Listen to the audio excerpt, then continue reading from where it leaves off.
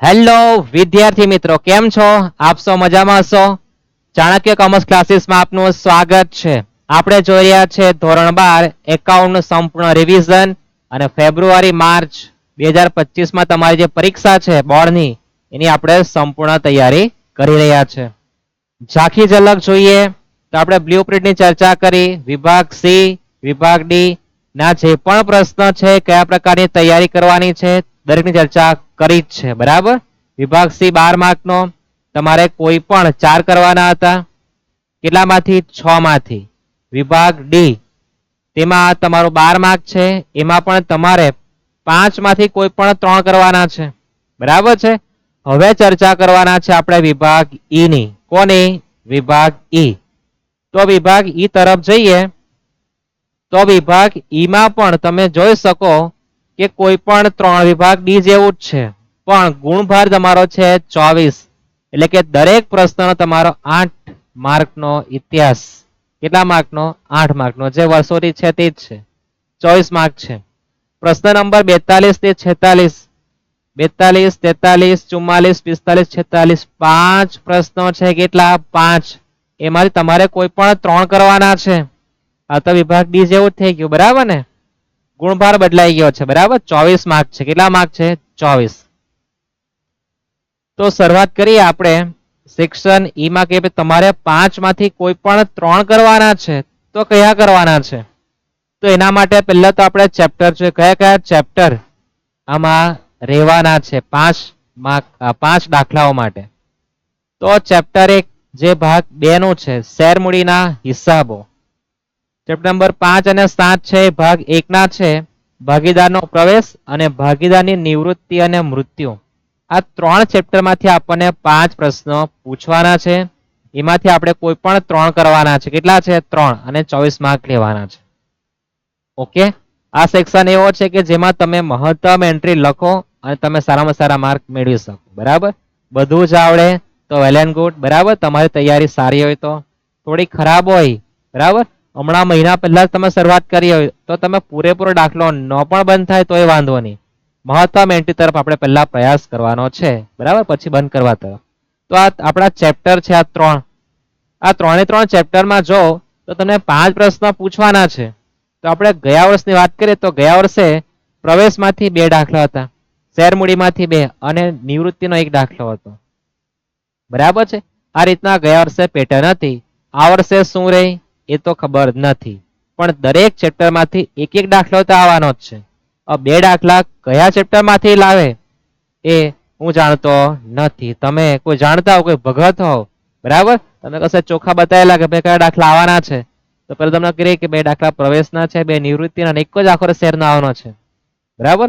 એવી મારી પર તો કોઈ ધારણા નથી. બરાબર છે. એટલે બધામાં 1 દાખલા આવવાનો છે. ગયા વર્ષે શું પૂછ્યો તેની આપણે ચર્ચા કરી છે. બરાબર. કે ભાઈ ગયા વર્ષે 2 શેર મૂડીના હતા, પ્રવેશના 2, નિવૃત્તિનો 1 દાખલો હતો. ખ્યાલ રે? બરાબર છે. ગયા વર્ષ જેવું જ આવે તો મજા આવે. બરાબર ને? પ્રવેશના દાખલા બધાને પસંદ હોય.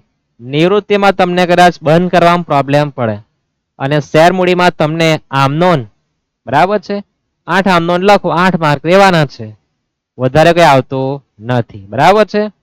જો તમે પેપર જોયા ગયા વર્ષના તો વાંધો નહીં, આપણે બધા જ દાખલા જોવાના છે.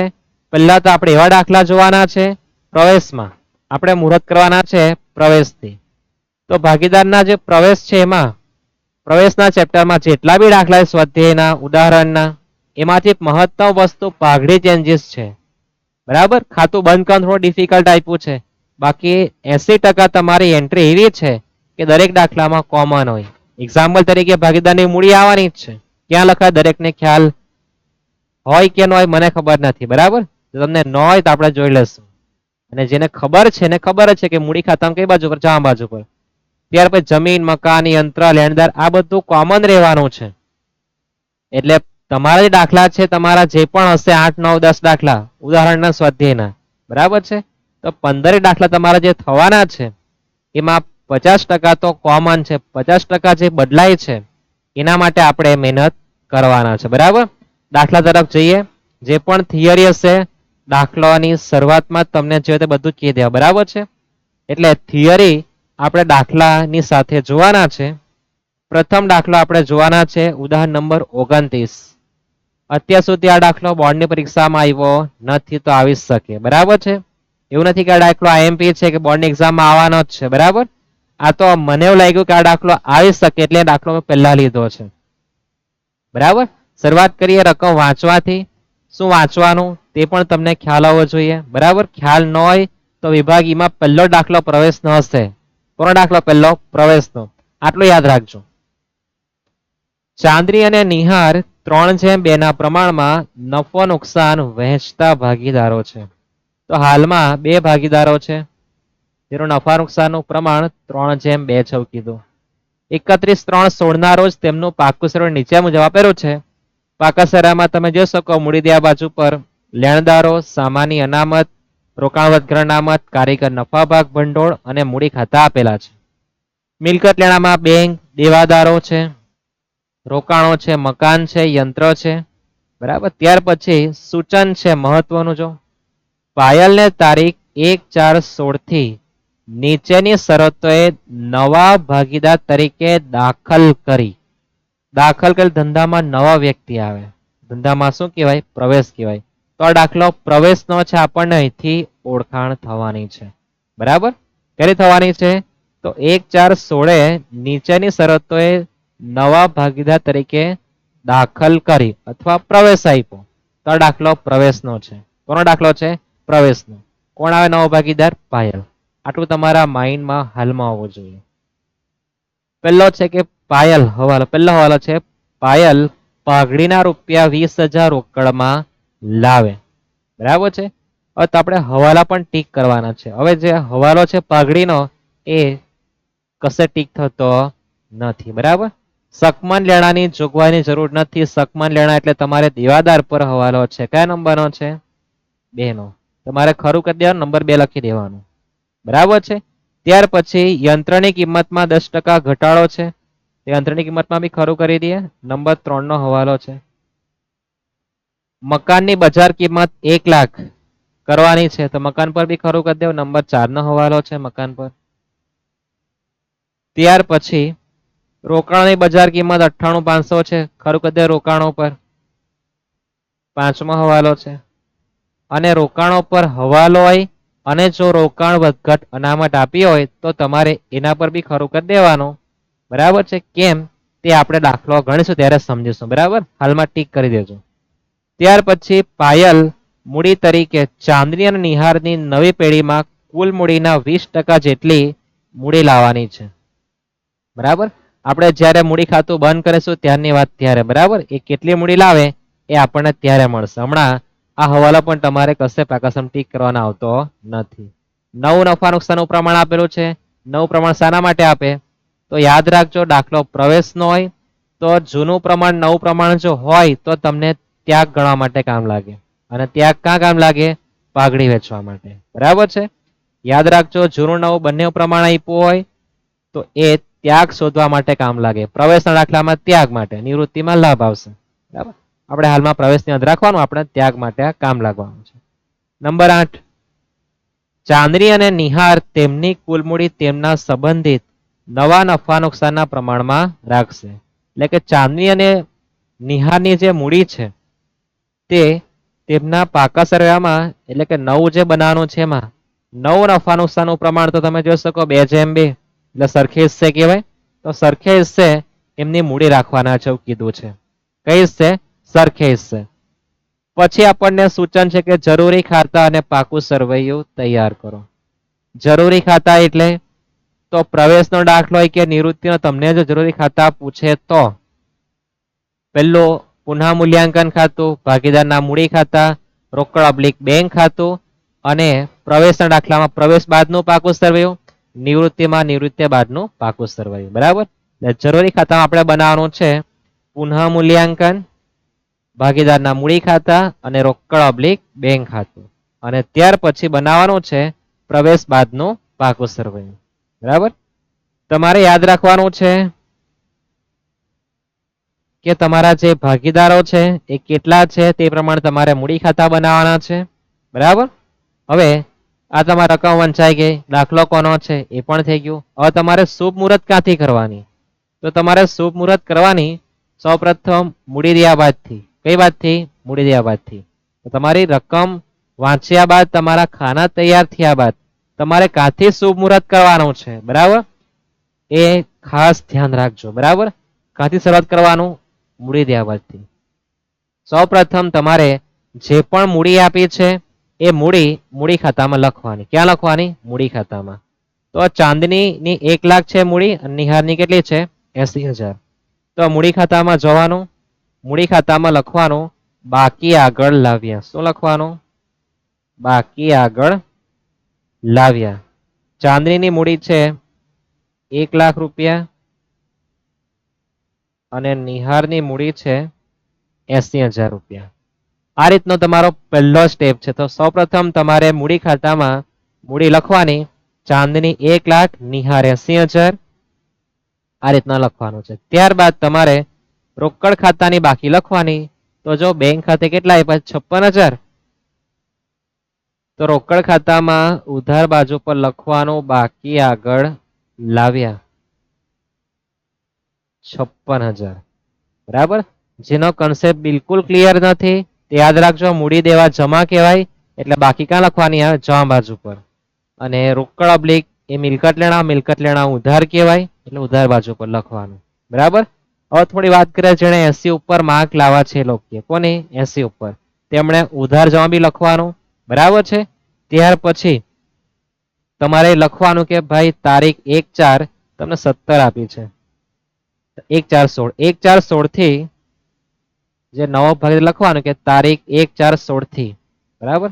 અથવા તમે લખી શકો કે પાયલ ના પ્રવેશ બાદનું પાકું સરવૈયું. ટૂંકમાં લખો હોય તો લખો કે તારીખ 1/4/16 થી પાયલના પ્રવેશ બાદનું પાકું સરવૈયું. બરાબર છે? શીર્ષક કોણે ક્યારે કયું લખવું એ યાદ રાખવાનું. જેને 80 ઓછા માર્ક લાવવા છે એમણે આ લખો તો વાંધો નથી. જેને 80 ઉપર લાવવા છે એમણે તારીખ પણ લખવાની છે. શું લખવાનું? ફરી એકવાર રિપીટ કરું. તારીખ 1/4/16 થી. બરાબર? પાયલના પ્રવેશ બાદનું પાકું સરવૈયું. બરાબર છે?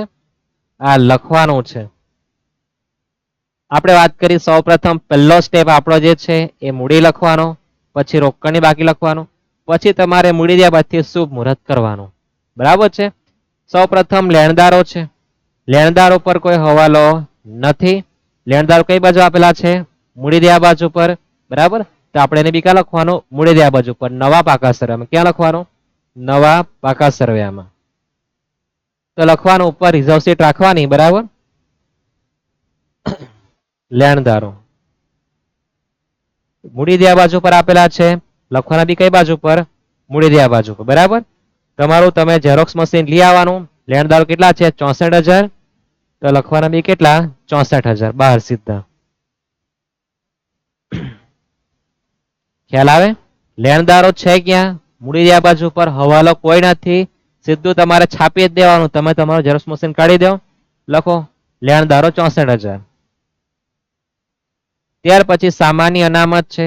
સામાન્ય અનામત એકત્રિત થયેલો નફો કહેવાય. એ ભાગ તેને શું કરવું પડે? વેચી આપવું પડે. તો સામાન્ય અનામત છે 12,000 રૂપિયા. એ તમારે લખવાનું મૂડી ખાતામાં જમા બાજુ પર. કઈ બાજુ પર? મૂડી ખાતામાં જમા બાજુ પર.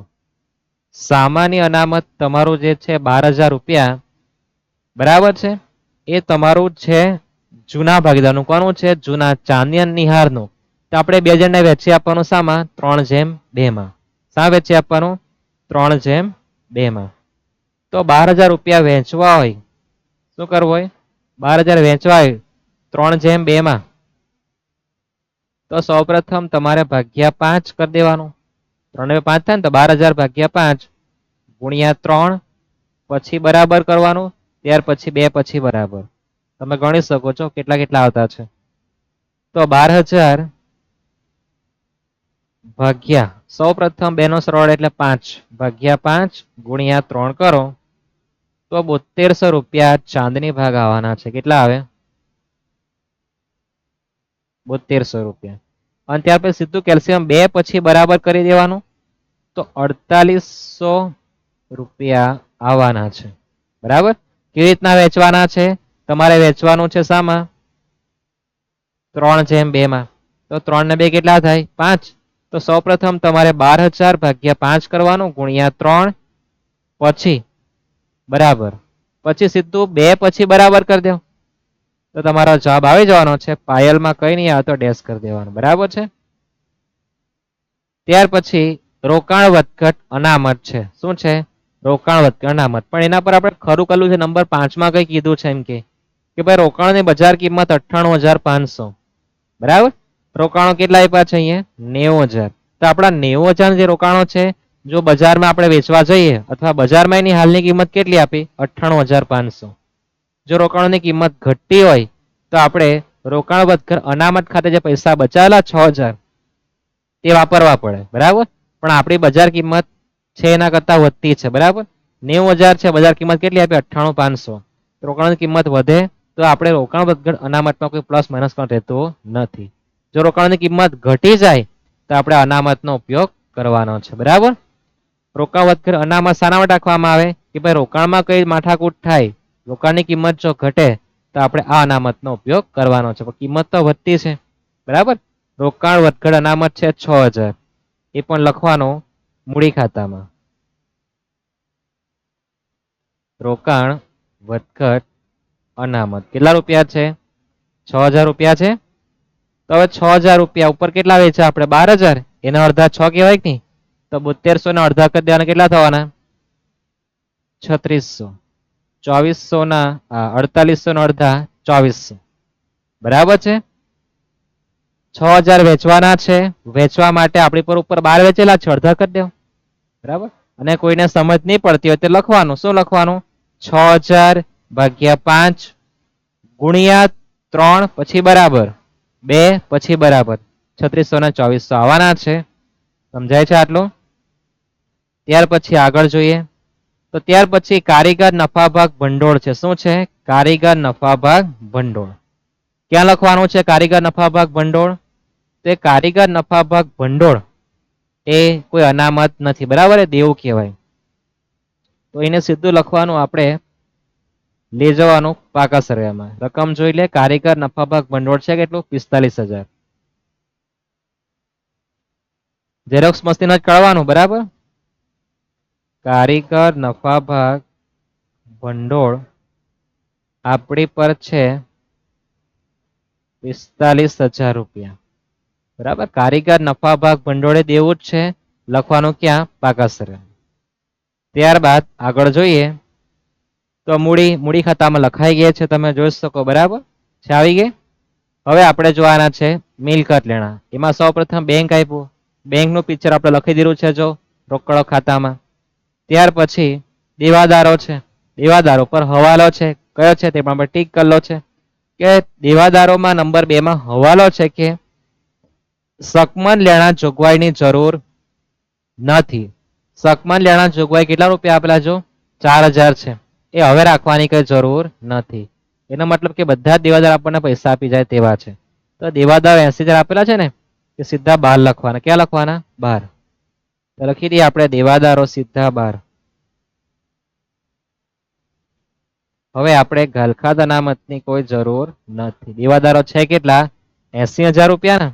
લખીએ 12 80,000 રૂપિયા. તો આપણે જે ઘલખાત અનામત તરીકે રાખેલા શકમન લેણા જોગવાઈ કેટલી? 4,000 રૂપિયા.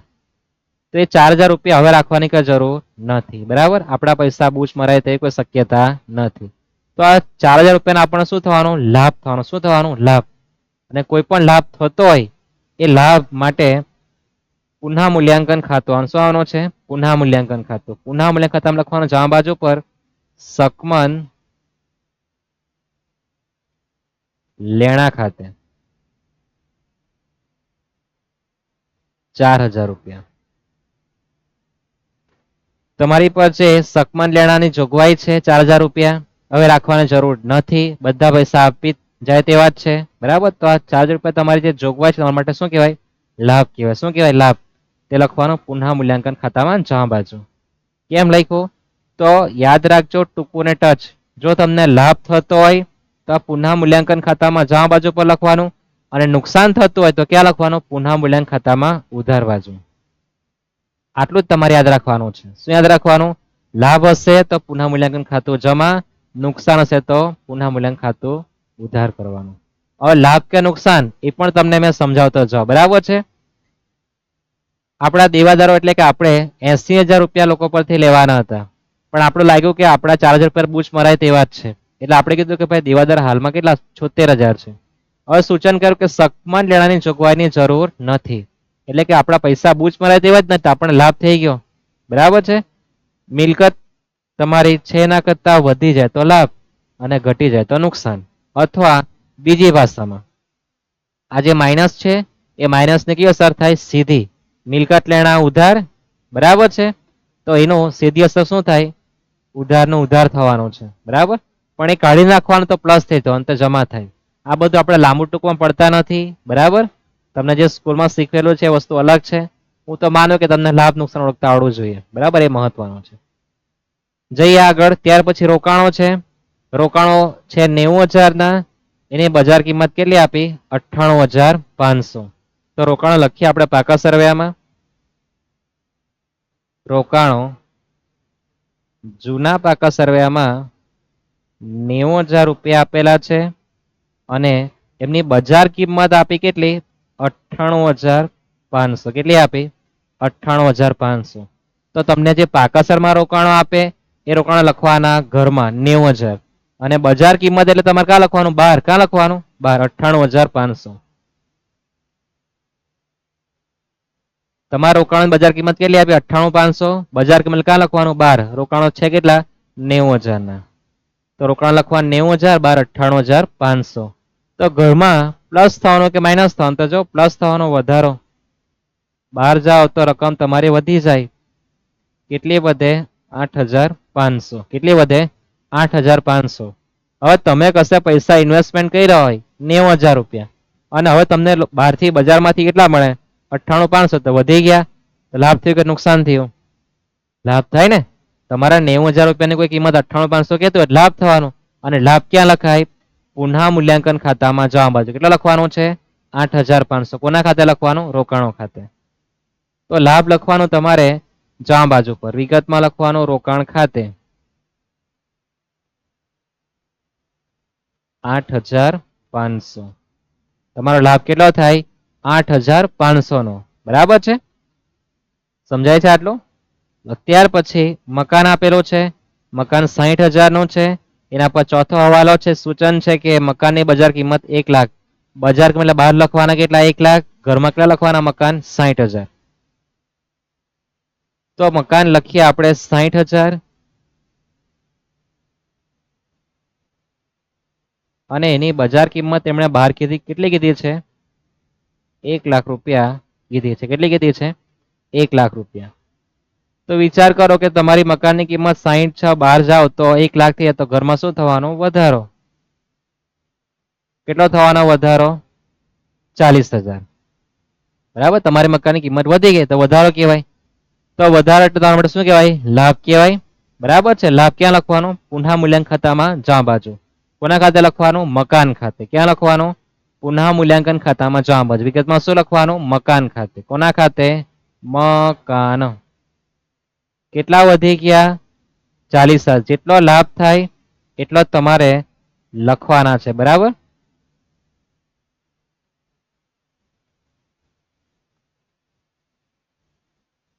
જેટલો પણ તમને લાભ થાય એ લાભ ક્યાં લખવાનો? પુનઃ મૂલ્યાંકન ખાતામાં જવા બાજુ, બરાબર છે. સમજાય આટલું? ત્યાર પછી આપેલા છે યંત્રો. યંત્રો છે 25,000 ના. એના પર હવાલો છે કે યંત્રની કિંમતમાં 10% ઘટાડો કરવાનો. શું કરવા કીધો? ઘટાડો. કેટલા ટકા? 10%. તો યંત્ર લખીએ પાકા સરવૈયામાં. યંત્ર છે આપણી પર 25,000 ના. એમાં આપણને શું કીધું છે? ઘટાડો. શું કીધું? ઘટાડો 10%. તો 25,000 ના 10% કરો, 1 મીંડો ઓછો, બરાબર. તો બહાર કેટલા આવવાના? 22,500. યંત્ર છે કેટલાના? જોઈ શકો તમે. જો યંત્ર છે 25,000 ના. સૂચન છે કે યંત્રની કિંમતમાં 10% ઘટાડો કરવાનો છે. તો તમારે યંત્ર લખવાનું અંદરના ખાનામાં કેટલા? 25,000. ઘટાડો 10% છે. 10% એટલે 1 મીંડો ઓછો, બરાબર. અથવા ની સમજ પડે તો 25,000 ગુણ્યા 10% કરો. કેટલા? 2500. માઇનસ પછી ઇઝ ઇક્વલ નું બટન કરવાનું, કેટલા 22,500. તમારી કિંમત ઘટી ગઈ, બરાબર, મિલકતની. તો ક્યાં લખવાનું? પુનઃ મૂલ્યાંકન ખાતામાં ઉધાર બાજુ. કેમ? નુકસાન થઈ ગયું ને. તમારા યંત્ર હતા તમારા ઘરમાં 25,000 ના હતા, બહાર ગયા બજારમાં તો તમને 22,500 જ આપે, થાય ને 2500 નુકસાન. નુકસાન ક્યાં લખાય? પુનઃ મૂલ્યાંકન ખાતામાં ઉધાર બાજુ, બરાબર. કોનું નુકસાન છે? કોનું છે? દેખાય ને યંત્રનું. શું લખવાનું? યંત્ર ખાતે 2500 નુકસાન છે. નુકસાન પુનઃ મૂલ્યાંકન ખાતામાં ઉધાર બાજુ. તમારા 2500 રૂપિયાનું જે નુકસાન છે તે લખ્યું, બરાબર, યંત્ર ખાતે. સમજાય છે? તો અહીંયા તમારું પાકું સ્વરૂપ જે છે એની મહત્તમ એન્ટ્રી છે બધી પૂરી થઈ. પૂરી થઈ.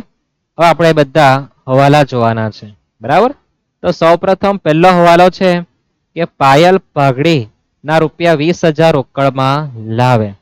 તો રોકડમાં લાવે તો રૂપિયા આવવાના છે. રૂપિયા આવે તો રોકડ ખાતામાં ઉધાર બાજુ પર લખવાનું. સાના લાવે પાયલ? જો કોના લાવે છે? પાઘડી ના.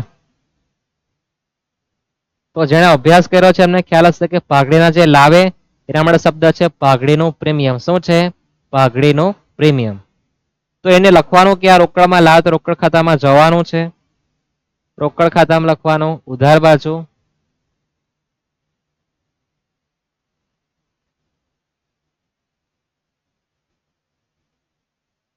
પાઘડીના પ્રીમિયમ ખાતે. શું લખવાનું? પાઘડીના પ્રીમિયમ ખાતે. ઓકે. પાયલ પાઘડીના રૂપિયા 20,000 રોકડમાં લાવશે તો રોકડ ખાતામાં લખવાનું કેટલું? ઉધાર બાજુ પર પાઘડીના પ્રીમિયમ ખાતે રૂપિયા કેટલા આપેલા છે? 20,000. તે લખવાના કેટલા? 20,000. અને બીજી અસર, જે પાઘડી તરીકે લાવે એ જૂના ભાગીદારો ત્યાગના પ્રમાણમાં વહેંચી લેશે. યાદ રાખજો, નવો ભાગીદાર જે પાઘડી લાવે એ જૂના ભાગીદારો ત્યાગના પ્રમાણમાં વહેંચી લેશે. રોકડ ખાતામાં ઉધાર બાજુ, તો મૂડી ખાતામાં લખવાનું કઈ બાજુ પર? જમા બાજુ. વિગતમાં શું લખવાનું? પાઘડીના પ્રીમિયમ ખાતે કાઉન્સમાં ત્યાગનું પ્રમાણ. શું લખવાનું? કાઉન્સમાં ત્યાગનું પ્રમાણ. ઓકે. તો ત્યાગનું પ્રમાણ આપણે ગણવું હોય તો આપણે શરૂઆતમાં રકમ વાંચી ત્યારે સમજી ગયા હતા કે ભાઈ જૂનું પ્રમાણ આપેલું છે, નવું બી આપેલું છે, મારે ત્યાગનું સૂત્ર લખવાનું અને ગણવાનું છે, બરાબર. તો આપણે અહીંયા જ ગણતરી કરી દઈએ, બરાબર છે. ત્યાગ અહીંયા જ ગણી દઈએ આપણે. તો ત્યાગ આપણે જોયો તો ત્યાગનું સૂત્ર કે ત્યાગ એટલે જૂનો ભાગ માઇનસ નવો ભાગ. દાખલા આપણે જોઈ ગયા છે, બરાબર. તો સૌ પ્રથમ આવે ચાંદની અને ત્યાર પછી નિહાર.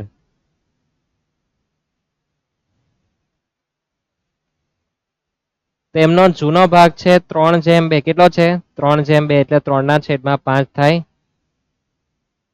સમજાય છે આટલું? ચાંદનીનો ભાગ છે 3/5, નિહારનો 2/5.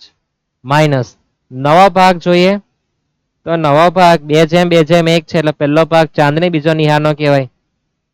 તો 2 ને 2, બરાબર. હવે ટોટલ જો 2 ને 2 4 નહીં લખવાના, 2, 2 ને 1 છે, ટોટલ 5 થવાના. કેટલા થવાના છે? 5. એ તમારે અહીંયા ભૂલ થવી જોઈએ નહીં. તો તમારા જો છેદ સરખા થઈ ગયા, સીધું ઉપર પ્લસ માઇનસ કરી નાખવાનું. 3 - 2 તો 1/5. હવે તો 2 - 2 એટલે 0/5 થવાના છે, બરાબર. પહેલામાં 1/5, બીજામાં 0/5. એટલે નિહાર તો ત્યાગ કરતો નથી, માત્ર ચાંદની ત્યાગ કરે. કોણ ત્યાગ કરે? ચાંદની. તો તમારે બધી જ પાઘડી ચાંદનીને આપવાની. કોને આપવાની? ચાંદનીને. પાઘડી છે કેટલા? રૂપિયા 20,000. બધા જ રૂપિયા લખવાના તમારે ચાંદનીમાં. કેટલા? 20,000 રૂપિયા. કેટલા લખવાના થશે? 20,000 રૂપિયા. નિહારમાં કેમ નહીં આવ્યું? તો નિહાર તમે જોઈ શકો, નિહાર કોઈ પ્રકારે ત્યાગ કરતો નથી. ત્યાગ કોણ કરે? તો ચાંદની. તો એને બધી પાઘડી આપવાની છે. યાદ રાખજો, નવો ભાગીદાર પાઘડી તરીકે જે રૂપિયા લાવવાનો છે, બરાબર, એ રૂપિયા રોકડ ખાતામાં ઉધાર બાજુ અને શબ્દ લખવાનું પાઘડીના પ્રીમિયમ ખાતે, અને ભાગીદારો વહેંચી લેશે શામાં? ત્યાગના પ્રમાણમાં. પાઘડીના પ્રીમિયમ ખાતે લખવાનું કાઉન્સમાં ત્યાગ ત્યાગનું પ્રમાણ કેટલું આવેલું છે? તો એક જ વ્યક્તિ ત્યાગ કરે, બધી પગડી આપી દો ચાંદને, બરાબર. એમ તો એમને બે આમનોન થાય, બરાબર છે. તમે ટોપર લોકો તો વાત કરીએ આપણે થોડી, બરાબર, કે શું આમનોન થાય? તો રોકડ ખાતે ઉધાર તે પગડીના પ્રીમિયમ ખાતે આમનોન થાય. પછી પગડીના પ્રીમિયમ ખાતે ઉધાર તે ભાગીદારોના મૂડી ખાતે, કાઉન્સમાં ત્યાગનું પ્રમાણ, બરાબર છે. પણ આપણે આમનોન લખતા નથી, આપણે ટૂંકોને ટચ શીખવાનું છે. નવો ભાગીદાર જે રોકડમાં પગડી લાવે, રોકડ ખાતામાં ઉધાર બાજુ, મૂડી ખાતામાં જમા બાજુ વેચી આપવાનું. ઓકે, યાદ રહેશે આટલું? આગળ જઈએ. નંબર 2 નો હવાલો આવી ગયો છે, 3 પણ આવી ગયો, 4, 5.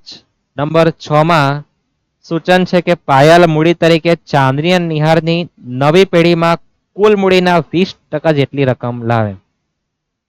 તો ચાંદની અને જે નિહાર છે, કોણ છે? ચાંદની અને નિહાર. એની નવી પેઢીમાં જે કુલ મૂડી થવાની છે એના 20% લાવે એમ કે. તો કુલ મૂડી જો તમારે શોધવી હોય તો કુલ મૂડી તમારે ક્યાં જોવાનું? મૂડી ખાતામાં. ક્યાં જોવાનું? મૂડી ખાતામાં. ચાંદની અને નિહારનો ભેગો સરવાળો કરવાનો અને પછી જે જવાબ આવે એના 20% કરવાના. આવું તમને આ વિધાન કહે છે. શું કહે છે? નંબર 6 કે ચાંદની અને નિહારની નવી પેઢીમાં, એટલે કે નવું જે આપણે બનાવેલું છે હમણાં, તેમાં મૂડી ખાતું જે છે બંધ કરો, સરળ કરો, તેનો જે તફાવત આવે તેને કુલ મૂડી કહેવાય, ભેગું આવે તે, બરાબર. એના 20% મૂડી લાવવાની છે એમ કે. તો મૂડી ખાતું ક્યારે બંધ થાય? જો સૌપ્રથમ પુનઃ મૂલ્યાંકન ખાતું બંધ થઈ હોય ત્યાર પછી બંધ થશે, બરાબર ને? આગળ બીજા કોઈ હવાલા છે બાકી એવા? તો 9 પ્રમાણ છે. પછી તો ચાંદની અને નિહાર તેમની કુલ મૂડીના તેમના સંબંધિત નવા નફા નુકસાનના પ્રમાણમાં રાખવાની છે, પણ મૂડી ખાતાનો હવાલો છે. તો તમારું બધું જ પિક્ચર પૂરું થયું હોય તમારે ખાતા બંધ તરફ આગળ જવાનું છે, બરાબર. તો સૌપ્રથમ બંધ કરીએ આપણે પુનઃ મૂલ્યાંકન ખાતું. કયું ખાતું? પુનઃ મૂલ્યાંકન. તો પુનઃ મૂલ્યાંકન ખાતું બંધ કરીએ તો સૌપ્રથમ તો તમને દેખાતું હશે દરેકને કે ભાઈ સરવાળા કઈ બાજુ વધે એવા છે. કઈ બાજુ વધે એવા છે? જમા બાજુ પર 4000, 8500 અને 40000. સરવાળો કરજો કેટલો થવાનો છે.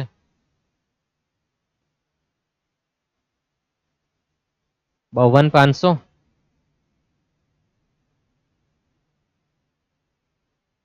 52,500 જો તમારે ઉધાર બાજુ કરવા હોય તો તમારો તફાવત 50,000 રૂપિયા આવે, બરાબર. 52,500 માઇનસ કરી દો 2500, તો તમારો તફાવત 50,000 આવે.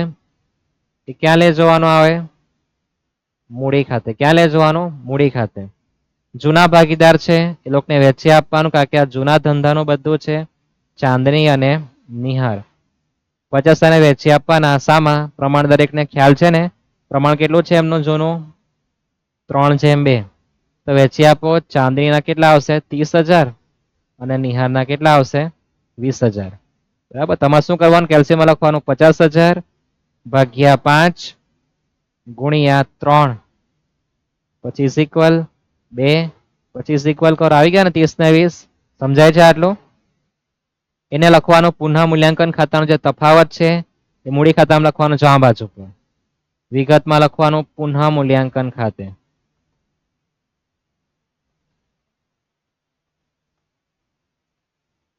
રકમ ચાંદનીમાં 30 અને બાજુ અડંતા 20,000. હવે આપણે કુલ મૂડી શોધી શકીએ, બરાબર છે. છઠ્ઠો વાળો ક્યારે ગણાય? પુનઃ મૂલ્યાંકન ખાતું બંધ થાય પછી. હવે જે પાયલ છે એ ચાંદની અને નિહારની નવી પેઢીમાં કુલ મૂડીના, તો કુલ મૂડી શોધવી હોય, બરાબર છે, તો આપણે સરવાળો કરવો પડે. શું કરવું પડે? સરવાળો. કોનો સરવાળો? તો ચાંદની અને નિહારના આપણે ભેગો સરવાળો કરવો પડે. શું કરવું પડે? ભેગો સરવાળો. તો સરવાળો કરીએ આપણે ચાંદનીનો અને નિહારનો.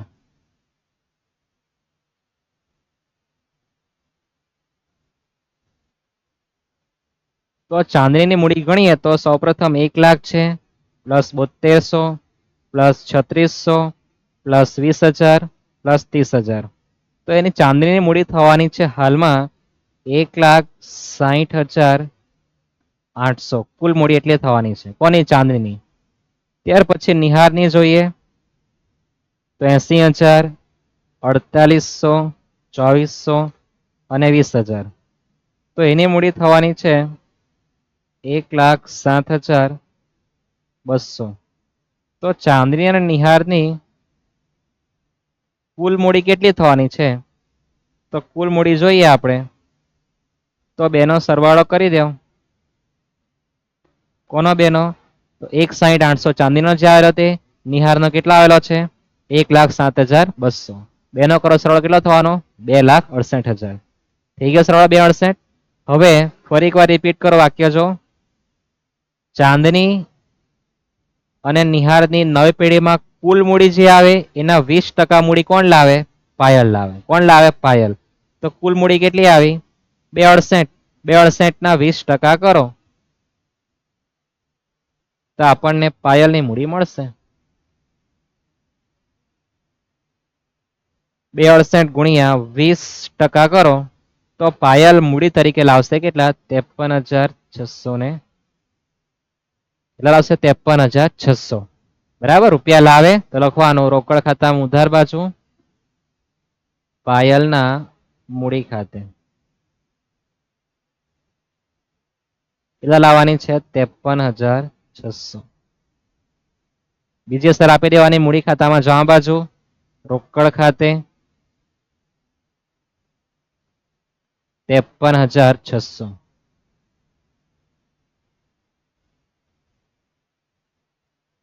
જેટલા રૂપિયા લાવે એ રોકડ ખાતામાં ઉધાર બાજુ, મૂડી ખાતામાં શું કરવાનું? જમા બાજુ. આ તમારો નંબર 6 નો હવાલો પૂરો થાય. નંબર 7 આવી ગયો છે. નંબર 8 છે કે ચાંદની અને નિહાર તેમની કુલ મૂડી એટલે આપણે જોઈ શકો છો તેમની કુલ મૂડી કેટલી આવી છે? 2,68 આવી ને. તો આ જે કુલ મૂડી આવી તેના માટે શું કીધું વાંચો છો? તેમના સંબંધિત નવા નફા નુકસાનના પ્રમાણમાં. શામાં? નવ પ્રમાણ જો ચાંદીનો 2, નિહારનો 2 એટલે 1/1 કહેવાય. બરાબર છે. 2/2 એટલે 1/1 કહેવાય. તો તેના પ્રમાણમાં રાખશે એમ કે તેમની મૂડી જો 268 છે. કેટલી છે? 268. સરખે હસ્તે વેચી આપવાનું. બરાબર છે. તે રાખવાના છે એટલે લખવાનો ઉધાર બાજુ પર મૂડી ખાતામાં બાકી આગળ લઈ ગયા. આ જે 268 છે એના ભાગ્યા કરી દો 2. તો 2,68,000 ભાગ્યા કરો 2 તો 1,34,000 રૂપિયા આવે. કેટલા આવે? 134. એટલા ચાંદની રાખવાની છે એમ કે અને નિહાર પણ રાખશે કેટલા? 1,34,000. બરાબર. કેટલા રાખવાના? 134.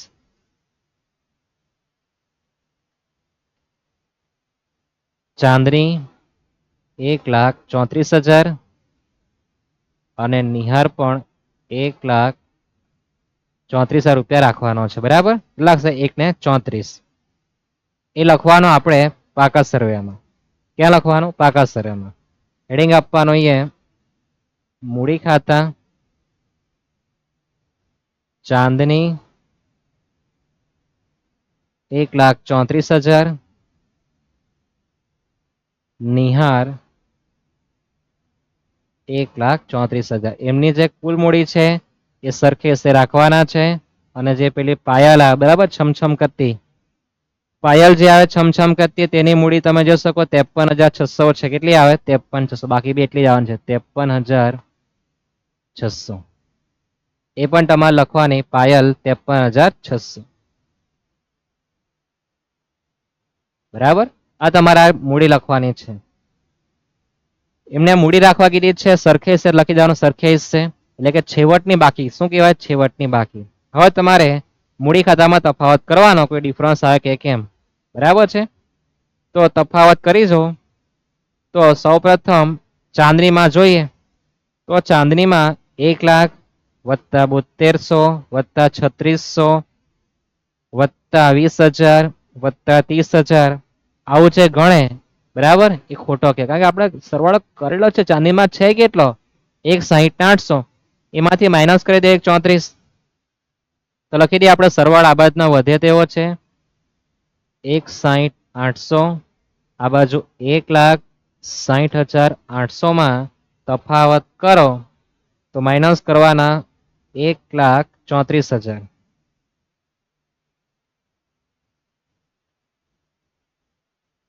તો 26,800 કેટલો 26,800 નો જે તફાવત આવે તે લખવાનું તમારે રોકડ અબ્લિક બેંક ખાતે. ક્યાં લખવાનું? રોકડ અબ્લિક બેંક ખાતે.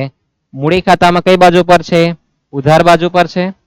તો લખવાનું જમા બાજુ પર ચાંદનીના મૂડી ખાતે. ચાંદનીના મૂડી ખાતે કેટલા લખવાના? 26,800. તો ચાંદનીનું પિક્ચર પૂરું થાય. બંધ કરીએ નિહારનું. તો નિહારનો જવાબ 1,60,200 આપેલો છે, બરાબર ને? તો આ બાજુના વધે તેવો છે, જોઈ શકો છો. નિહારમાં 1,60,200 છે, આ બાજુ 1,34 છે. તો લખીએ અહીંયા 1,34,000. આ બાજુ 1,34 કરવા હોય કેટલા? 1,34 તો માઇનસ કરો 1,34,000 માઇનસ 1,07,200. તો તમારો તફાવત 26,800 આવે. કેટલા આવે? 26,800. એ પણ તમારે ક્યાં લઈ જવાનું? રોકડ અબ્લિક બેંક ખાતે. મૂડી ખાતામાં જમા બાજુ પર છે, તો રોકડ ખાતામાં ઉધાર બાજુ. નિહારના મૂડી ખાતે રકમ 26,800 લખવાના. કેટલા લખવાના છે? 26,800. લખાઈ ગયો આટલું? હવે પાયલમાં તમારા 53,600 છે, તમારે લખી દેવાના, બરાબર? 53,600.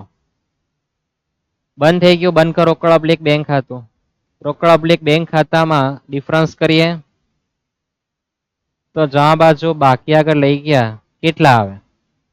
તો 56,000 વત્તા 20,000 વત્તા 53,600 વત્તા 26,800 માઇનસ 26,800 કરો 1,29,600 આવવાના. કેટલા આવવાના છે? 1,29,600. એને લખવાનું પાકા સરવાળામાં. રોકડ 1,29,600. રોકડ 1,29,600. કુલ મૂડી બહાર કાઢ નાખીએ પાકા સરવાળામાં. તો 1,34,000 વત્તા 1,34,000 53,600 તો 3,21,600 આવવાના. કેટલા આવવાના છે? 3,21,600 પ્લસ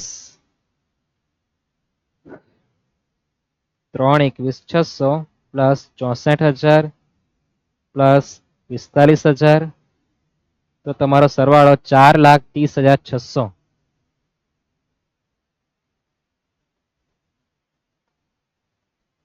4,30,600. આ બાજુ બી એટલો જ આવો છે.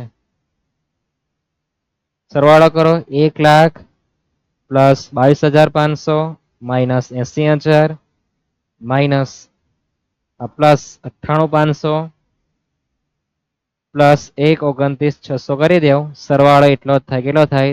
4,30,600. પાકા સરવાળામાં તમારા હાથી પગા નહીં થવા જે સરવાળો સેમ આવો છે 4,30,600. અહીંયા તમારું 8 માર્કનું પિક્ચર થાય, બરાબર? ભલે આપણો સમય 40 મિનિટની આસપાસ થયો, પણ તમારે એક્ઝામમાં 20 મિનિટમાં પૂરું કરવાનું છે. તમને દાખલો મારે શીખવવાનો છે, એટલે આપણે બધું શાંતિપૂર્વક જોયું છે, બરાબર? કઈ એન્ટ્રી કેવી રીતના લખવાની છે, શું છે. હવે તમારા 8 માર્ક પૂરા થાય. કેટલી હતા? 8 માર્ક. તમને કેવી રીતના માર્ક આપે? તમને એન્ટ્રીના માર્ક આપવાના છે. ભાઈ તમારી એન્ટ્રી કેટલી છે, બરાબર? તો તમે એન્ટ્રી જોઈ શકો. આ તમારી એક એન્ટ્રી છે, આ બીજી, ત્રીજી, ચોથી, પાંચમી, છઠ્ઠી, સાતમી, 8, 9, 10, 11, 12, 13, 14, 15, 16, 17, 18, 19, 20, 21, 22, 23, 24, 26, 27 અને તમારી 28 એન્ટ્રીઓ થઈ, બરાબર છે? એટલે 7 ચોક 28 અને 1 માર્ક તમને તમારા જવાબનો મળવાનો છે. કે તમે જેટલી પણ એન્ટ્રી સાચી લખો એના બી તમને માર્ક મળવાના છે. એટલે મહત્તમ માર્ક તરફ જવાનું. ઓકે? દાખલો એકવાર મારે પાછો સમજાવવો પડે એની કામ નહીં કરતા, બરાબર? એકવાર જરાક બેક ટુ પોઈન્ટ જજો, વિડીયો જરાક પાછળ જવા દેજો. ફરી એકવાર સમજી લો. બધું શાંતિપૂર્વક સમજાવેલું છે, બરાબર? ખ્યાલ આવે દાખલામાં? દાખલો કેટલો સમય તમે જોઈ શકો, બરાબર? ખ્યાલ આવે ને? દાખલો અત્યારે શું નથી આવ્યો તો આવી શકે. એના પછી આપણે નેક્સ્ટ બીજો દાખલો જોવાના છે. કાન્હા કવિસ્સા 2:3 ના પ્રમાણમાં નફો નુકસાન વહેંચતા ભાગીદારો છે. 31/3/16 ના રોજ તેમની પેઢીનું પાકું સ્વરૂપ નીચે મુજબ આપેલું છે. પાકું સ્વરૂપ જોઈ શકો તમને મૂડી દિયા બાજુ પર શું આપેલું છે, મિલકત લેણામાં શું આપેલું છે, બરાબર. સૂચન છે કે 1/4/16 થી નવા ભાગીદાર કોણ આવે, પાલખી. છે ને દાખલો પ્રવેશનો દાખલ કરી તમને ઓળખતા આવડવું જોઈએ. દાખલો કોનો છે, પ્રવેશનો છે. કોનો છે, પ્રવેશનો. પહેલો હવાલો છે, બીજો છે, ત્રીજો છે, બધા હવાલા એક નજર કરી લો, બરાબર. પછી આપણે હવાલા ટીક કરવાના છે. અને આ દાખલો પૂછાઈ ગયો છે માર્ચ 2023 માં. ફરી પાછો આવે કે નહીં આ મને ખબર નથી, પણ આ પ્રેક્ટિસ માટે રાખેલો છે, બરાબર. કેટલું કોમન આ આપણે જોવાના છે. એક તો પહેલા તો નીચે 10મા નંબરનો હવાલો એટલે કે નીચે વાક્ય આપેલું છે કે ભાઈ છેલ્લું કે જરૂરી ખાતા અને પ્રવેશ બાદનું પાકું સ્વરૂપ તૈયાર કરી વિધાન આપેલું છે. જે નેક્સ્ટ પેજ પર છે, જે અહીંયા લખવાનું રહી ગયું છે, બરાબર. સાથે લેવાનું રહી ગયું છે. દાખલો પ્રવેશનો છે, હું તમને કહી દેતો છું, બરાબર. અને જરૂરી ખાતા તૈયાર કરો અને પ્રવેશ બાદનું પાકું સ્વરૂપ તૈયાર કરો લખેલું જ છે. તો આ તમારો દાખલાની રકમ છે. પહેલો હવાલો છે, કાન્હા પોતાના ભાગની 1/3 ભાગ અને કવિસ્સા પોતાના ભાગનો 1/4 ભાગ પાલખીની તરફેણમાં ત્યાગ કરશે. તો તમને ત્યાગની માહિતી આપી જ છે કે ભાઈ કાન્હાનો જે પોતાનો ભાગ છે, પોતાનો ભાગ એટલે 2/3 એટલે કે ₹2 છે, એમાંથી અડધો ભાગ આપી દે એમ કે. કવિસ્તાનો 3 રૂપિયા છે, એમાં ચોથો ભાગ આપી દે એમ કે. અને કોને આપશે, પાલખીને, બરાબર. પાલખીને મળે એટલે પાલખીને એટલો લાભ થવાનો એટલું પ્રમાણ થશે એનું. પછી પેઢીની પાઘડીનું મૂલ્યાંકન 80,000 કરવામાં આવેલું છે, બરાબર. નવા ભાગીદાર કેટલી પાઘડી લાવવી પડે તે આપણે ગણવું પડે, આમાં તૈયાર આપવાના નથી, બરાબર. પાઘડીનું મૂલ્યાંકન આપ્યું, શું આપ્યું, મૂલ્યાંકન કે કેટલી પાઘડી લાવવાનો છે તે આપણે ગણવું પડે. બધાની 3 ની ભેગી આપણને પાઘડી આપી છે. પછી નંબર 3માં પાઘડીનો હવાલો છે. જો પાઘડીના 50% ઉપાડી જશે કાન્હા અને કવિસ્સા, એટલે 3 હવાલા પાઘડીને અસર કરે તેવા છે, બરાબર. ત્યાગનું પ્રમાણ આપણે જોઈએ કે ત્યાગ ક્યાં કામ લાગે કે નવા ભાગીદાર પાઘડી તરીકે જે રૂપિયા લાવે તેને વેચવા માટે કામ લાગે. પછી ચોથો હવાલો છે, યંત્ર પર ન ખરું કરી દઈએ આપણે. યંત્ર પર નંબર 4 નો હવાલો છે. દેવાદારોમાં 6,000 ઘાલખાત અને 15% ઘાલખાત અનામતની જોગવાઈ છે. ખરું કરી દે યંત્ર આપણે દેવાદારો પર નંબર 5 નો હવાલો છે. અને સામે ઘાલખાત અનામત બી આપી છે, બરાબર. ત્યાર પછી રોકાણની બજાર કિંમત આપી 15,000. તો ખરું કરી દઈએ રોકાણો પર. રોકાણની કિંમત છે તો રોકાણ અનામત પર બી અસર થશે તે આપણે સમજીશું, બરાબર. એનો હવાલો છે આપણા નંબર 6 નો. કારીગર વળતર પેટે 50 ના દાવો મંજૂર કરેલો છે. ખરું કરી દઈએ આપણે કામદાર વળતર દાવા પર નંબર 7 નો હવાલો છે. ત્યાર પછી લેણદારો માંથી 10% લેણદારોને ચૂકવવા પડશે નહીં. ખરું કરી દઈએ લેણદારો પર નંબર 8 નો હવાલો છે. પાલખી મૂડી તરીકે 1,20,000 લાવશે અને તેના ભાગની પાઘડી રોકડમાં લાવશે. આવું આપણને સૂચન કરેલું છે, બરાબર. તો આ તમારી રકમ તૈયાર થઈ ગઈ, વંચાઈ ગયેલી છે. હવે કેવી રીતના સ્ત્રોત તમારે ખાતા બનાવવાના છે. સૌપ્રથમ પુનઃ મૂલ્યાંકન ખાતું, ભાગીદારના મૂડી ખાતા, રોકડા બેંક ખાતું અને પ્રવેશ બાદનું પાકો સરવૈયો. મેં તમને અગાઉ બી કીધું જ છે, ટોપોલો કે લખવાનું છે કે તારીખ 1/4 શું લખવાનું, 1/4/16 જ છે. 1/4/16 પાલખીના પ્રવેશ બાદનું પાકું સરવૈયું, બરાબર. એ યાદ રાખજો. હવે આપણે એન્ટ્રી તરફ જવાના છે, બરાબર. 1 મિનિટ થોભી જાઉં, જરાક પાણી પી લઉં, તરસ લાગે.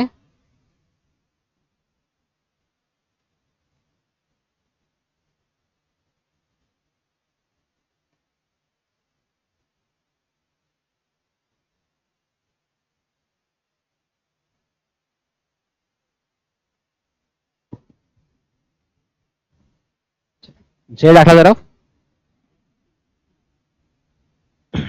તો સૌપ્રથમ જે મૂડી આપી છે એ મૂડી ક્યાં લખવાની આવે, મૂડી ખાતામાં, બરાબર. કાથી શું મુહૂર્ત કરવાનું, મૂડી દિયા બાદથી સૌપ્રથમ શું જોવાનું, મૂડી જોવાનું. તો મૂડી છે કાન્હાની 80 અને કવિસ્તાની 1,00,000 છે. મૂડી ખાતામાં લખીએ બાકી આગળ લાવ્યા.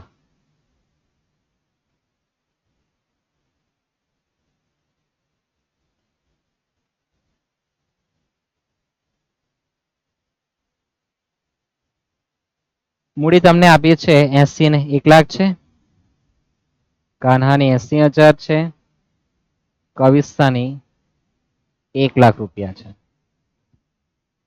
ત્યાર પછી તમારે રોકડ ઓબ્લિક બેંક ખાતાને બાકી રાખવાની 14,000 રૂપિયા આપી છે. બરાબર, દેખાય બધાને? રોકડ ને બેંક કેટલી છે? 14,000. તો રોકડ ખાતામાં લખવાનું ઉધાર બાજુ બાકી આગળ લાવ્યા 14,000.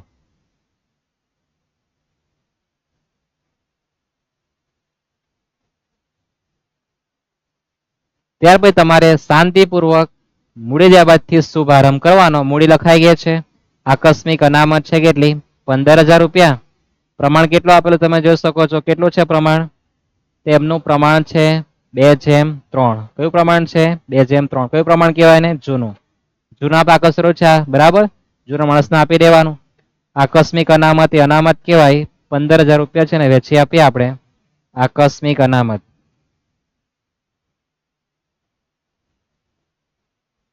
બરાબર, વેચવાનું પ્રમાણ આપણે જેવું છે કેટલું છે? 2/3.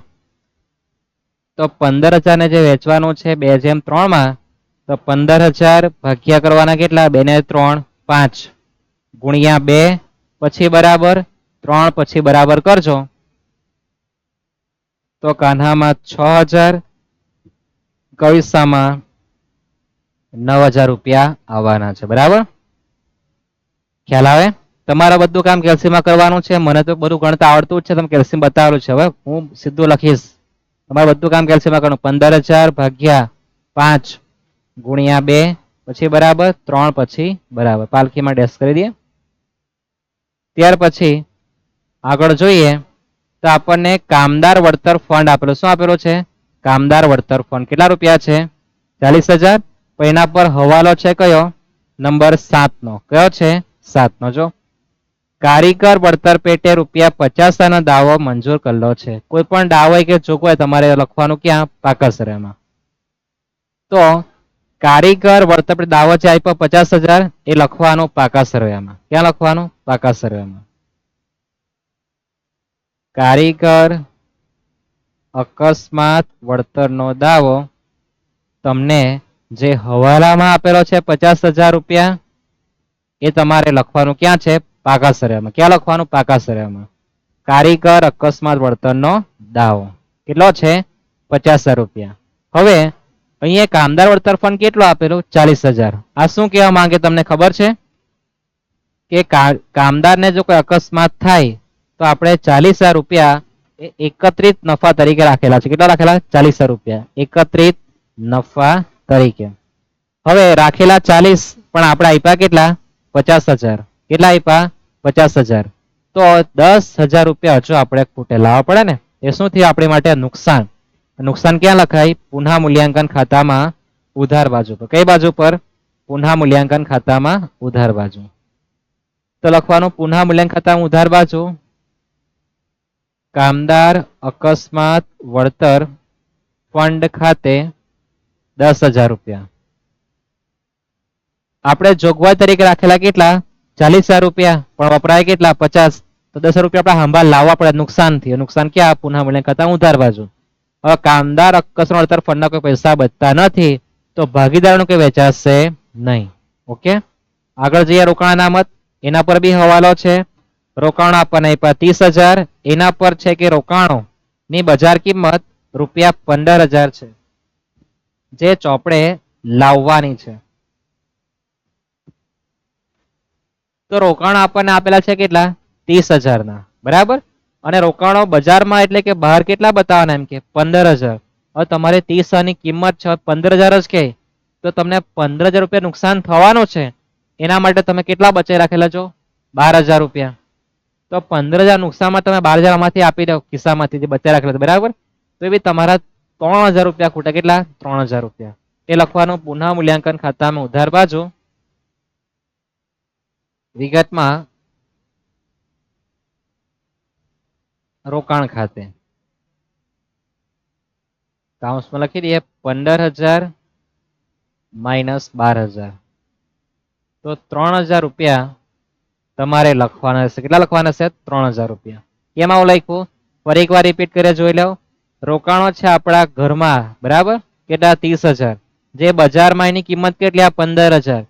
તો આપણું 15,000 રૂપિયા નુકસાન થઈ ગયું. નુકસાન માટે આપણે જોગવાઈ કરી મૂકેલી કે 12,000 રૂપિયા છે વાપર હું. તો 15 નુકસાનમાંથી 12 વપરાઈ ગયા. તો હજુ બી 3,000 ખૂટે, લખવાના કે આ પુનઃ મૂલ્યાંકન ખાતામાં ઉધાર બાજુ. રોકાણ અનામત હવે કે મૂડી ખાતામાં વેચાશે નહીં, પૂરી થઈ ગઈ. એના પછી લેણદારો જોઈએ. તો લેણદારો પર હવાલો છે કે લેણદારોને 10% ચૂકવવા પડશે નહીં. તો લેણદારો ક્યાં આવે? પાકા સર્યામાં. લેણદારો છે કેટલાના? 50,000 તો લખીએ પાકા સર્યામાં લેણદારો. લેણદારો 50,000.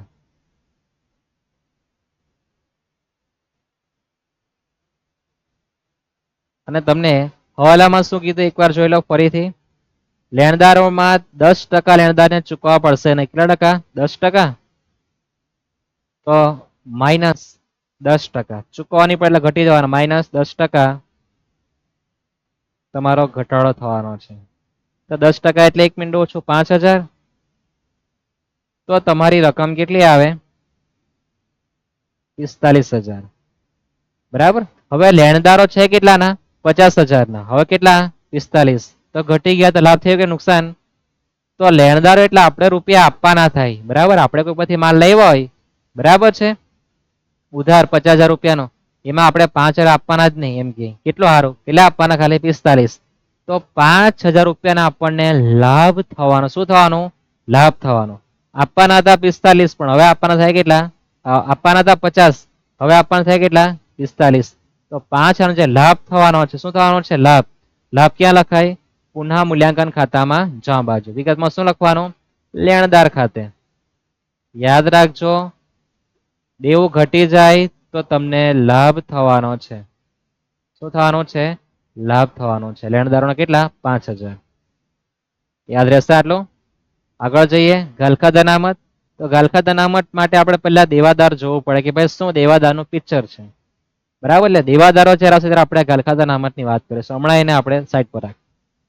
ત્યાર પછી દેવાબાદનું પિક્ચર પતી ગયું. મિલકત લેણામાં જો મકાન છે, મકાન પર કોઈ હવાલો છે? નથી આપ્યો ને. તો લખીએ સીધું મકાન 1 ને 10. ક્યાં? પાકા સરામાં.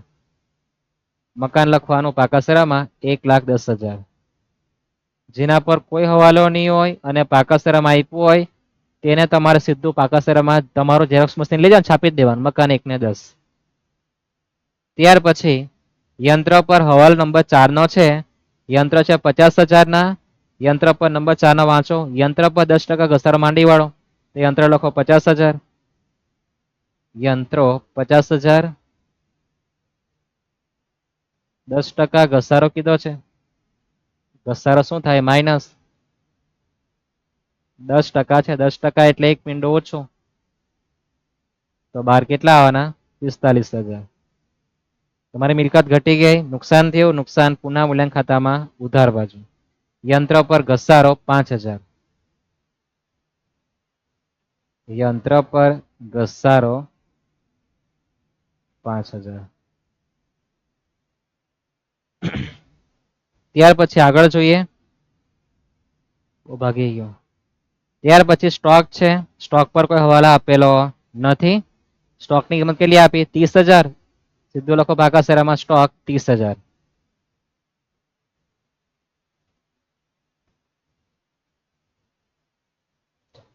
ત્યાર પછી આગળ દેવાદારો છે. દેવાદાર પર નંબર 5 નો હવાલો છે. દેવાદારો છે કેટલા? 66. તો લખીએ પાકા સરામાં દેવાદારો 66.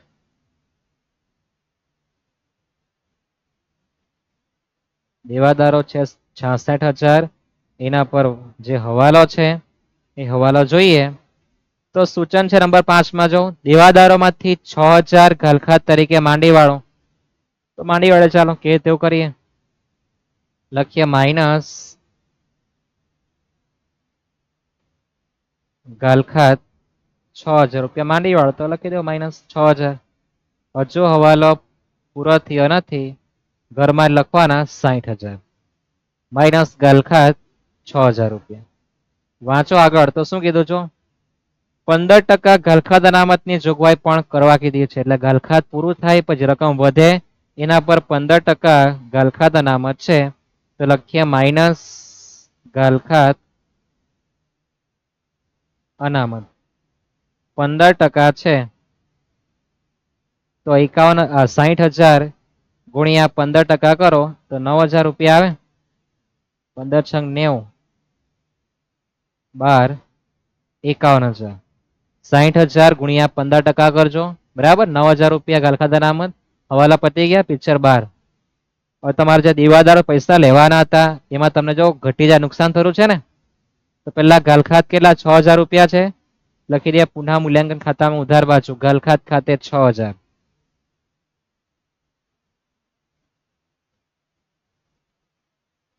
ગાલખાત ખાતે 6,000 રૂપિયા.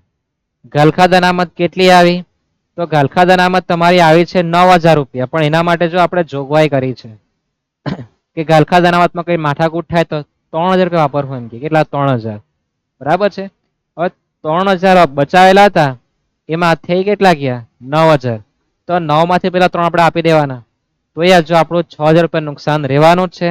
આ નુકસાન ક્યાં આવે? પુનઃ મૂલ્યાંકન ખાતામાં ઉધાર બાજુ. ગાલખાત અનામત ખાતે કાઉન્સમાં લખી દઈએ કે 9,000 માઇનસ 3,000, બરાબર. 9,000 માઇનસ 3,000 તો બહાર લખવાના કેટલા 6,000 રૂપિયા. એક તો આપણે બચાવેલા હતા 3, આપણે આપવાનું થઈ ગયા 9,000 નુકસાનનું, બરાબર ને. તો 6,000 નુકસાન રહેવાનું છે હજુ. એના પછી આગળ દેવાદારનું પિક્ચર પૂરું થાય. પછી રોકડ અપલીક બેંક આવી ગયા છે. રોકાણો માટે સૂચન શું કર્યું છે? જો તો રોકાણો આપણા 30,000 હતા, જેની બજાર કિંમત લખવાની કેટલી 15, તો બહાર લખી દઈએ આપણે રોકાણો 15,000. રોકાણો સીધા બહાર લખી દઈએ 15,000 બતાવવાના છે. જે નુકસાન થઈ ગયું એ નુકસાન આપણે પુનઃ મૂલ્યાંકન ખાતામાં જો ઉધાર કરેલું છે, બરાબર. 15,000 હતું એમાંથી 12,000 આપણે અનામત તરીકે રાખેલા તે આપી દીધા છે 12,000 રૂપિયા. તો તમારે 3 નું નુકસાન થઈ ગયું છે, બરાબર. તે નુકસાન પુનઃ મૂલ્યાંકન ખાતામાં ઉધાર લખાઈ ગયું છે. અને તમારું પાકું શેરું જે છે એનું સેટઅપ પૂરું થાય. શું પૂરું થાય? પાકા શેરનું સેટઅપ પૂરું થાય. હવે આપણે હવાલા જોઈએ. તો હવાલામાં જો તો પહેલો હવાલો પાઘડીનો છે, બીજો પાઘડી, ત્રીજો પાઘડી છે. એના સિવાય કોઈ હવાલા હોય તો આપણે પહેલા પૂરા કરી દે, પાઘડી આપણે છેલ્લે જોઈએ, બરાબર છે. તો ચોથો હવાલો આવી ગયો છે, 5મો બી આવી ગયો, 6મો આવી ગયો, 7મો આવી ગયો, 8મો આવી ગયો, 9મો બાકી. જો પાલખી મૂડી તરીકે 1,20,000 અને તેના ભાગની પાઘડી રોકડમાં લાવે. પાઘડીની વાત તો પછી કરવાના છે આપણે છેલ્લે. તો મૂડી તરીકે લાવે 1,20,000, બરાબર. રોકડમાં લાવે તો રોકડ ખાતામાં લખી દઈએ પાલખીના મૂડી ખાતે.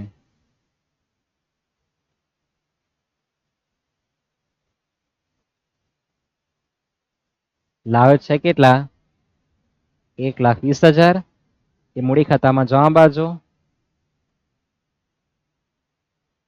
રોકડ ખાતે પાલખીના ખાનામાં 1,20,000, બરાબર. જેટલા લાવે એટલા લખી દીધા. હવે બધા હવાલા પૂરી થવા આપણે પાઘડી ગણીએ. શું ગણીએ? પાઘડી. પાઘડી આમાં થોડી વિચિત્ર છે, બરાબર છે. બાકી બધું ઇઝી વસ્તુ છે, તમે જોઈ શકો, બરાબર. કે નવું ના આવેલું નથી. હવે જે પહેલો હવાલો છે વાંચો. તો કાન્હા પોતાનો 1/3 ભાગ અને કવિતા પોતાના ભાગનો 1/4 ભાગ પાલખીની તરફેણમાં ત્યાગ કરે, કાઢી મૂકે, એમ કે. તો આપણે અહીંયા ગણતરી જોઈ લઈએ, બરાબર છે. ગણતરી આપણે ઉપર જ જોવાના છે, બરાબર.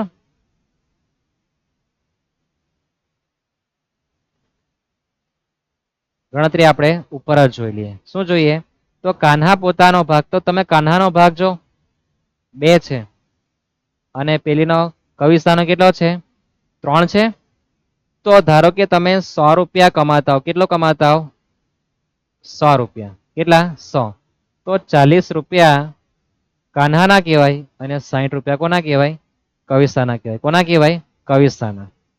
આવું કહેવા માંગે. આપણે ધારી લઈએ કે ધારો કે 100 રૂપિયા છે, એમાં કાન્હા આપણે જે નફો થયો 100 રૂપિયા, તો કાન્હાને 40 રૂપિયા મળે, એમ કે કવિતાને કેટલા મળે? 60. આવું આપણને કીધું છે. તમે ટૂંકમાં 0 કાઢી નાખો તો પ્રમાણ તમારું 4:6. હજુ ટૂંક કરો તો 2:3 આવી ગયું ને. તો આપણે સમજવા માટે લખેલું છે કે 100 રૂપિયા થતો હોય તો કાન્હાનો 40 રૂપિયા મળે અને કવિતાને કેટલા મળે? 60. જે શું કીધું નંબર 1 માં? કાન્હા પોતાના ભાગનો 1/3 ભાગ, એટલે એને 40 રૂપિયા જો મળતા હોય, કેટલા? 40. એને 1/3 ભાગ શું કરી દે? ત્યાગ કરી દે, એમ કે. તો કેટલા રૂપિયા ત્યાગ કરવાનો છે? કેટલા રૂપિયા ત્યાગ કરશે? 20 રૂપિયા. કેટલા? 20 રૂપિયા. બરાબર. જ્યારે કવિતા પોતાનો 1/4 ભાગ, તો એનો ભાગ છે 60. 60 ના 1/4 કરો તો 15 રૂપિયા. બરાબર છે. કેટલા આવવાનું? 15 રૂપિયા. તેમને 100 રૂપિયા જે કમાતા હોય તેમાંથી એ લોકો ત્યાગ કરવાના છે. કેટલો ત્યાગ કરે? તો કાન્હાનો ત્યાગ તમારા આવશે 20/100 અને કવિતાનો કેટલા આવશે? 15/100 આવવાનો છે. બરાબર. 100 રૂપિયા એટલે કુલ રૂપિયા 100 હતા, એમાંથી 20 રૂપિયા કાન્હા આપી દેશે અને 15 રૂપિયા કવિતા આપી દેશે. બરાબર છે. તેમનું ત્યાગનું પ્રમાણ મળી જશે આપણને. આ શું મળે? ત્યાગ. 1/3 ભાગ આપી દે એટલે 20 રૂપિયા આપવાનો. આ 1/4 એટલે 15 રૂપિયા આપવાનો, પોતાને જે નફો મળતો છે એમાંથી. તમારે ટૂંકું કરવું હોય, બરાબર, તમારો બહુ મસ્ત ગણિત હોય તો તમે લખી શકો કે ભાઈ 4×5 = 20 થાય. કેટલા થાય? 4×5 = 20 અને અહીંયા કેટલા થવાના? 5×4 = 15. તો તમે કહી શકો કે ત્યાગનું પ્રમાણ કેટલું છે? 4/3. કેટલું છે? 4/3 પર તમે કહી શકો. બરાબર. તો ત્યાગનું પ્રમાણ 4/3 છે. અને તમે અહીંયા ટોટલ કરી નાખો કે ભાઈ 20 ને 15 એટલે 35/100. તો પાલખીનો ધંધાનો ભાગ કેટલો કહેવાય? 35/100 કહેવાય. હવે આપણે પાઘડી ગણવાનું છે. પેઢીની પાઘડીનું મૂલ્યાંકન થયું કેટલું છે? 80,000 રૂપિયા. બરાબર. કેટલું છે? 80,000 રૂપિયા. તો 80 માં તો પહેલા આપણે છેલ્લું વાક્ય છે એના પર જો, તેના ભાગની પાઘડી રોકડમાં લાવશે. કેટલે રોકડમાં લાગે? સૂચન કરેલું નથી. તો આ બીજા નંબરનો જે હવાલો છે, જે મૂલ્યાંકન થયું 80,000 રૂપિયા, એમાંથી પાલખીનો ભાગ કેટલા આવ્યો? 35/100 આવ્યો ને. બરાબર. ટૂંકમાં કરવો હોય તો 7×5 = 35, 7/20 લખી શકો. બરાબર. પણ આપણે આખું લખવાના છે. ગણતરી આપણે જ કરી દઈએ કે 80,000 રૂપિયાની જે પાઘડી છે એમાંથી એનો ભાગ 35/100. તો ગણતરી કરી નાખો તો 28,000 રૂપિયા આવવાના છે. કેટલા આવે? 28,000. ગણતરી કરજો. 80,000 ગુણ્યા 35 ભાગ્યા કરો 100. તો 28,000 રૂપિયાની પાઘડી રોકડમાં લાવશે. કેટલા રૂપિયા લાવશે? 28,000ની. બરાબર છે. સૌથી મહત્વનો આ જ હતો. શામાં લાવ? રોકડમાં. લખી દે રોકડ ખાતામાં. રોકડ ખાતામાં લખી દઈએ.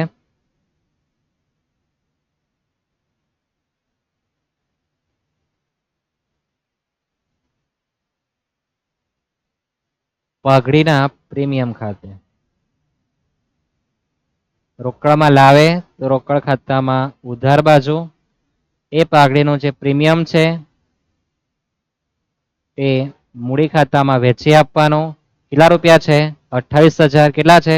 28. ત્યાગનું પ્રમાણ કેટલું આવે તમે જોઈ શકો છો. ત્યાગ કેટલા આવેલો? 4/3 ને.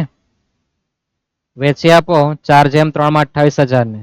તો 28,000 ભાગ્યા 7 એટલે 4, 4 ચોક 16. 16,000 રૂપિયા આવે. કેટલા આવે? 16,000. અને કવિતાના કેટલા આવવાના છે? 12,000. આ તમારું 4/3 માં 28,000 રૂપિયાને શું કર્યું છે? વેચાઈ ગયું છે. શું થયું? વેચાઈ ગયું. ઓકે. 28 જે લાવ્યા ને વેચી આપ્યા. ત્યાગનું પ્રમાણ લખી દઈએ આપણે અહીંયા 4/3. એટલે મહત્વનો પોઈન્ટ છે પહેલો અને બીજો હવાલો. બરાબર. કે ભાઈ કાન્હા પોતાના ભાગનો 1/3 ભાગ એટલે કાન્હાનો ભાગ 2 છે. તો આપણે સમજવા માટે લખ્યું. શું લખ્યું સમજવા માટે? કે ભાઈ આપણા 100 રૂપિયા હોય. કેટલા રૂપિયા હોય? 100 રૂપિયા.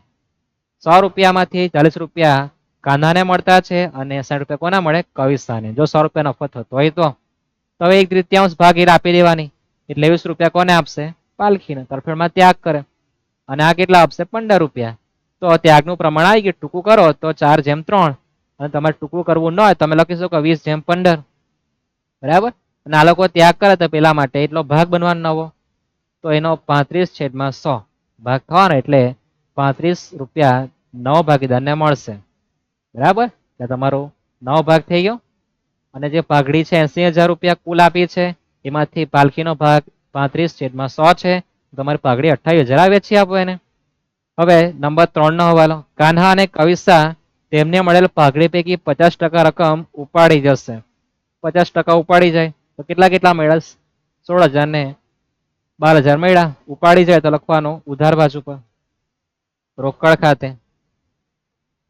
કોના ખાતે લખવાનું? રોકડ ખાતે. કેટલી ઉપાડી જાય?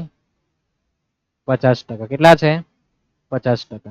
50% એટલે અડધા. 8 ના અડધા 16 ના અડધા 8 અને 12 ના અડધા 6. આટલા ઉપાડી જાય. ઉપાડી રૂપિયા જવાના જાય તો રોકડ ખાતામાં જવા બાજુ. કાન્હાના મૂડી ખાતે રકમ છે 8,000. નીચે કવિસ્તાના મૂડી ખાતે 6,000 રૂપિયા. અહીંયા તમારા બધા જ હવાલાઓ શું થાય? પૂર્ણ થાય. બરાબર. સૌથી ખતરનાક હતો એ પાઘડીનું પિક્ચર હતું. બરાબર છે. થોડા એન્ટિક હતું પણ તમને સમજાવવું જોઈએ. બરાબર. તમે બુકમાં જોઈ શકો આ રીતના તમને સમજાવેલું નથી પણ તમને કહું. બરાબર. આપણે એટલું સમજવાનું કે સરળ રસ્તો કયો છે. બરાબર. સમજી શકાય તેવો રસ્તો કયો છે, વ્યવહારિક જ્ઞાન કયું છે, તો આપણે વ્યવહારિક દ્રષ્ટિએ આપણે આ ત્યાગ શોધેલો છે. બરાબર. પછી તમે તો લખો કે ભાઈ 2/5 ગુણ્યા 1/2 છે સરખા કરવા જાઓ. એ બધું એ બુકની ભાષા છે. આપણે સરળ ભાષામાં સમજવાનું જે તમને લોજિકલી સમજ પડે.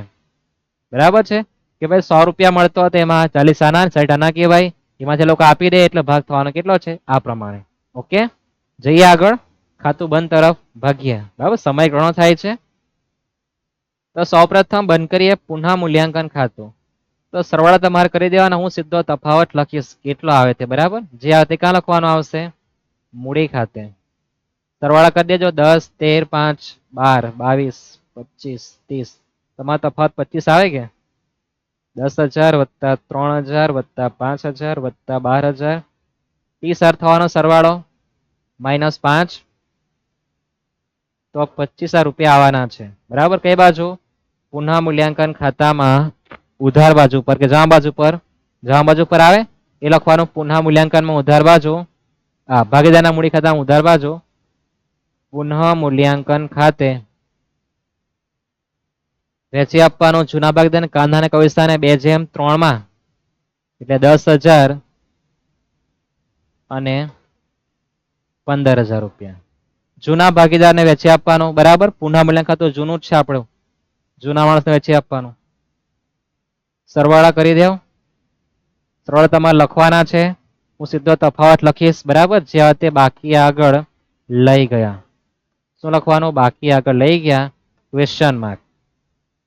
80,000 વત્તા 6,000 વત્તા 16,000 તો તમારો સરવાળો થવાનો છે 1,02,000. એમાંથી -8,000 -10,000 તો કાન્હામાં તમારો તફાવત 84,000 આવે અને કવિસામાં તફાવત કરો પાલખીમાં તો 1,20,000 જ આવવાનો છે. તો 1,00,000 વત્તા 9,000 વત્તા 12,000 1,21 થાય. એમાંથી માઇનસ કરી દેવ 6,000 -15,000 તો 1,00,000 તફાવત આવે. કેટલા આવે? 1,00,000.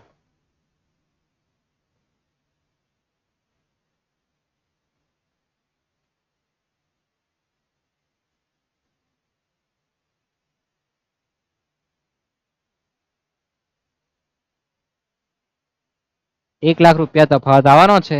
રોકડ ખાતું બંધ કરી દઈએ. જે આવે તે બાકી આગળ લઈ ગયા.